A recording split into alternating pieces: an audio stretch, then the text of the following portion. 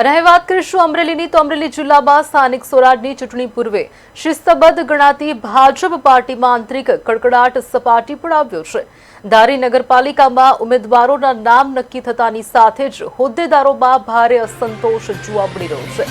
ધારી મહિલા મોરચાના પ્રમુખ હિનાબેન દવે સોશિયલ મીડિયાના માધ્યમથી પોતાની નારાજગી વ્યક્ત કરી પક્ષમાંથી રાજીનામું આપવાની અને અન્ય પાર્ટીમાં જોડાવવાની ચીમકી ઉચ્ચારી છે। વિવાદનું મુખ્ય કારણ વોર્ડ નંબર 3ની ટિકિટ ફાળવણી હોવાનું સામે આવ્યું છે।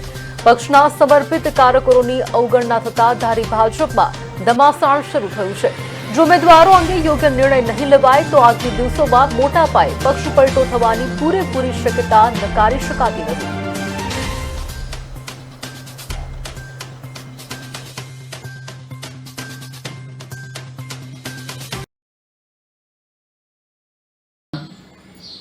નગરપાલિકાની દાવેદારી કરેલ છે। વર્ષોથી ભારતીય જનતા પાર્ટીના સાથે જોડાયેલી છું। સંગઠનમાં રહી અને તન મનથી સેવા કરી છે, કામ કરેલું છે।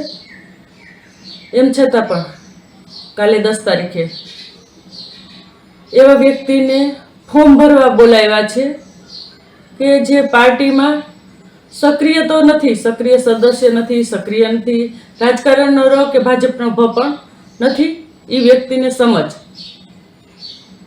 એવા વ્યક્તિને ફોર્મ ભરાવેલું છે અને મેઇન વસ્તુ એ છે કે મેન્ડેટ પણ નથી આવ્યું।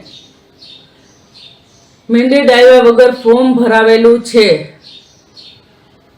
ધારીમાં।